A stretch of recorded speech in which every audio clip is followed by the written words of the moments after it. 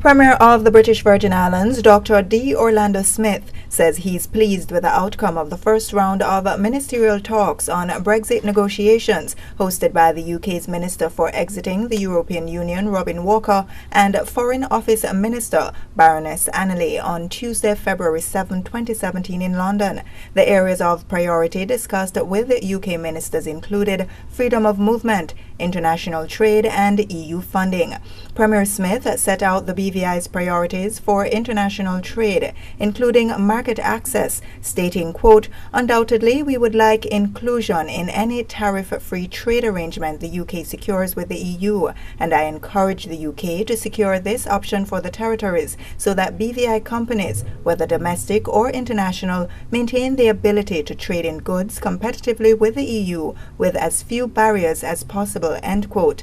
The Premier also emphasized the importance of the UK supporting overseas territories to ensure they are not negatively impacted by protectionist measures such as EU blacklisting. He also highlighted that continued freedom of movement in the EU for BVI citizens is of the utmost importance, as it is critical for business, higher education, and other purposes. Minister for Exiting the European Union, Robin Walker, said the UK government is committed to engaging with its friends in the overseas territories as it prepares to exit the EU, and ensuring that a deal is brokered which works for everyone, particularly how the territories can contribute to a truly global Britain.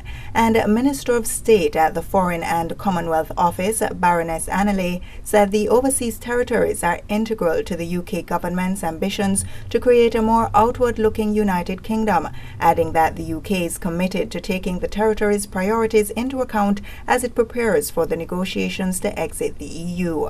Representatives from Anguilla, Bermuda, Cayman, Turks and Caicos, and Montserrat also attended the Brexit talks involving the UK government and its overseas territories.